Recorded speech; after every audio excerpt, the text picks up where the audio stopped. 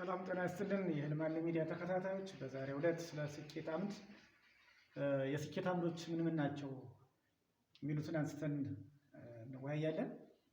በዚህ ቪዲዮ ስለ ስኬት ምንነት፣ የስኬት አምዶች ወይም ስኬት ሊያመጡ የሚችሉ ነገሮች ምን ምን ናቸው፣ እንዴት ስኬታማ መሆን ይቻላል የሚሉ ነገሮችን ይዤላችሁ ቀርቤያለሁ።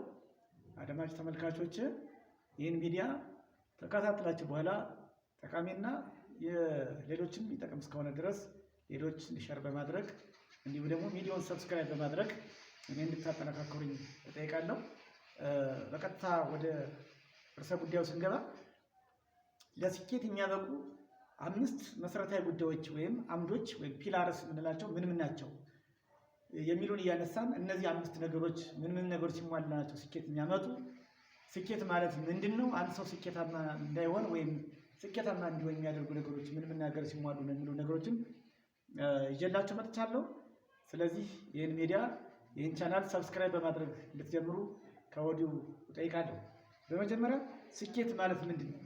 ስኬት ማለት ላሰቡለት ላቀዱትና ላለሙት ነገር ከአሁን ተነስቶ መድረስ ወደሚፈልግበት ዓላማና መዳረሻ ወይም ዴስቲኔሽን የሚደረግ ጉዞ እንጂ በአንድ ጊዜ ተሰርቶ የሚያልቅ የሚጠናቀቅ የአንድ ጊዜ ግብና ዓላማ እንዳልሆነ መግለጽ ይቻላል። ስለዚህ ይህ ስኬት ሊመጣ ከተፈለገ ስኬት ጉዞ ነው ካልን እነዚህ 5 ነገሮች ካልተሟሉ ወይም ደግሞ እነዚህ 5 ነገሮች ካልተፈጸሙ ስኬታማ መሆን ያስቸግራል። እነዚህ 5 ስኬታማ የስኬት አምዶች የምንላቸው ወይም the 5 pillars of success የምንላቸው የመጀመሪያው አንደኛው ትክክለኛ እይታ ወይም ፐርፌክት ፐርሴፕሽን እንለዋለን። ይህ ፐርሴፕሽን ወይም ትክክለኛ እይታ የምንለው ሶስት ነገሮችን ሲያሟላ ነው። ለምሳሌ እነዚህ 3 ነገሮች በ3 መሰላል ባለ 3 እግር መሰላል ወይም ከባሊቶ፣ በሌላ በኩል ደግሞ የካሜራ ስታንድ ወይም የካሜራ መቋሚያ መውሰድ እንችላለን። እነዚህ 3 ነገሮች ካልተስተካከሉ በስተቀር አንድ ሰው ትክክለኛ እይታ አለው ተብሎ አይገመትም፣ አይታሰብም። እነዚህ ምንድን ናቸው? ሶስቱ እነዚህ የአንድ መሰላል ባለ 3 እግር መሰላል 3 እግሮች ወይም የካሜራ መቆሚያ ስታንድ ባለ 3 እግር የካሜራ መቆሚያ ስታንድ ካልተስተካከለ በስተቀር ትክክለኛ እይታ ሊፈጠርና ሊኖር አይችልም። እነዚህ ምንድናቸው ከተባለ የመጀመሪያው ያለፈ ጊዜ እይታ፣ ስላለፈው ነገር ትክክለኛ የሆነ እውቀት፣ ግንዛቤና አመለካከት መያዝ ሲሆን የአሁን እይታ ደግሞ ሌላው ሁለተኛው እግር ይሆናል ማለት ነው። ሶስተኛው እግር የቀጣይ ጊዜ እውቀትና አመለካከት፣ ስለቀጣይ ነገር መረጃ መኖር፣ ወደፊት ምን ነገሮች አሉ ተብሎ ማሰብ ያስፈልጋል። ስለዚህ አንድ ሰው የተሟላና ትክክለኛ እይታ አለው የሚባለው 3ቱን አይነት የእይታ አይነቶች ሲይዝ ነው።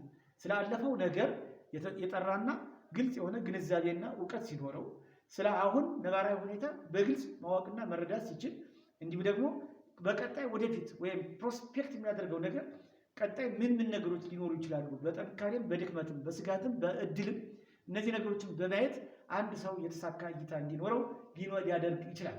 ስለዚህ የመጀመሪያው እንግዲህ ለስኬት አንደኛው ቁጥር 1 ምሰሶ የምንለው ወይም አምድ የምንለው ትክክለኛና የጠራ እይታ ወይም ራዕይ እንለዋለን። ፐርፌክት የሆነ እይታ፣ ፐርፌክት ቪዥን ወይም ፐርፌክት ፐርስፔክቲቭ እንለዋለን።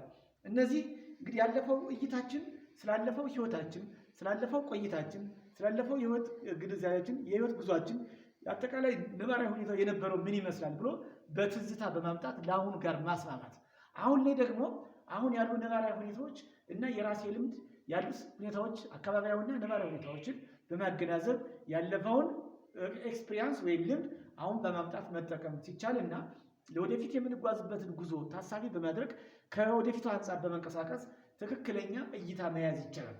ነገር ግን ብዙ ሰዎች ትክክለኛ እይታ ወይም ራዕይ እንዳይኖራቸው የሚያደርጋቸው በርካታ ነገሮች ያሉ ሲሆን ይህም በተለያዩ ነገሮች በመግለጽ ይቻላል። ስለዚህ አንድ ሰው ትክክለኛ እይታ ወይም ራዕይ መኖር አለመኖር የምናውቀው በእነዚህ ከዚህ በታች በመገልጻቸው ውጤቶች ነው። የመጀመሪያው ለኑሮ የመጓጓት ጉዳይ ነው። እንዲሁም ደግሞ ለጊዜ አጠቃቀምና ለራስ ዋጋ ከመስጠት አንጻር አንድ ሰው ትክክለኛ እይታ ወይም ራዕይ ያለው ተብሎ ይታሰባል። ስለዚህ ለኑሮ የሚጓጓ ከሆነ ለትክክለኛ የጊዜ አጠቃቀም ወይም ተመጣጣኝ የሆነ ተገቢ የሆነ የጊዜ አጠቃቀም የሚጠቀም ከሆነ እንዲሁም ደግሞ ለራሱ ዋጋ የሚሰጥ ከሆነ የሰው ለኑሮ ይጓጓል፣ ለኑሮ የሚጓጓ ሰው ደግሞ ትክክለኛ እይታ ወይም ትክክለኛ ራዕይ ያለው ሰው ይባላል። በሌላ በኩል ትክክለኛ ራዕይ ወይም የተስተካከለ እይታ ያለው ሰው ብቻን መሆን አለመፈለግ ነው። ምንድነው? ትክክለኛ እይታ የሌለው ሰው ብቻውን ሲሆን ይፈራል፣ ይጠራጠራል፣ ምቾት አይሰማው።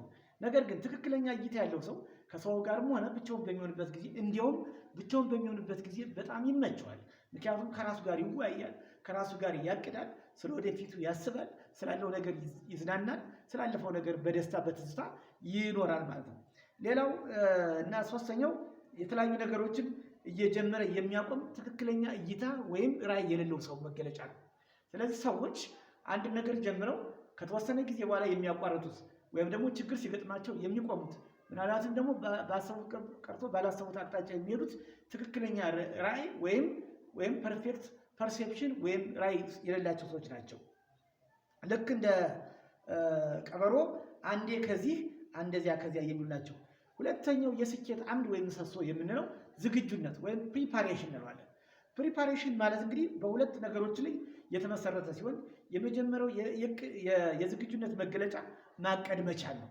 ማቀድ መቻል ሲሆን ሁለተኛው የዝግጁነት መገለጫ ደግሞ የክህሎት ዝግጁነት ወይም ክህሎትን ማሳደግ ማለት ነው። ስለዚህ እንደሚታወቀው አንድ ሰው ውጤታማ ሊሆን የሚችለው በዝግጁነት ይገለጻል። ስለዚህ አንድ ሰው 80% ከተዘጋጀ 20% ደግሞ ወደ ተግባር ቢፈጽምበት ይህ ውጤታማ ሊያደርገው ይችላል። ማቀድ ሲባል እንግዲህ እቅድ ባለ ሁለት አውታር ገመድ ነው። ባለ ሁለት አውታር ገመድ ነው ወይም ድልድይ ነው ማለት ይቻላል። ይሄ ምን ይባላል? የአሁን እውነታዎችንና ወደፊት መሆን የምንፈልገውን ወይም ኢንቴንድድ ፊውቸር ዘ ከረንት ሪያሊቲ ኤንድ ዘ ኢንቴንድድ ፊውቸር የእነዚህ ሁለት ነገሮችን አጣጥሞ የሚይዝ ባለ ሁለት ገመድ ድልድይ ነው ማለት ነው። ይህ ድልድይ እንግዲህ አሁን ያለንበትን ነባራዊ ሁኔታና ወደፊት ልንደርስበት ያሰብነውን ወይም መዳረሻችን ጋር የሚያገናኝ ባለ ሁለት ገመድ ድልድይ ወይም መሸጋገሪያ ነው። ይህ ከሆነ እንግዲህ ሁለቱ የሚያገናኝ ገመድ መንገድ መመሪያ ወይም ድልድይ ነው እንለዋለን። ምንድን? እቅድ። ስለዚህ አንድ ሰው ዝግጁ ነው ሊባል የሚችለው ስለሚሰራው ስራ፣ አሁን ስላለበት ሁኔታ መስራት ስላለበትና ወደፊት መድረስ ስላለበት ነገሮችን ኃይሉን፣ አቅሙን፣ ጊዜውን፣ የጉልበቱን እንዲሁም የሰው ኃይሎችን ነባራዊ ሁኔታዎችን አጣጥሞ ጉልበቱን፣ ሀብቱን፣ ንብረቱን አጣጥሞ ገንዘቡን አቀናጅቶ መስራት ከቻለ በእቅድ እየተመራ ውጤታማና ስኬታማ ሊሆን ይችላል። በሌላ በኩል ሌላው የዝግጁነት መገለጫ የክህሎት ዝግጁነት ይባላል ወይም ስኪል ፕሪፓሬሽን ይባላል በእንግሊዝኛ።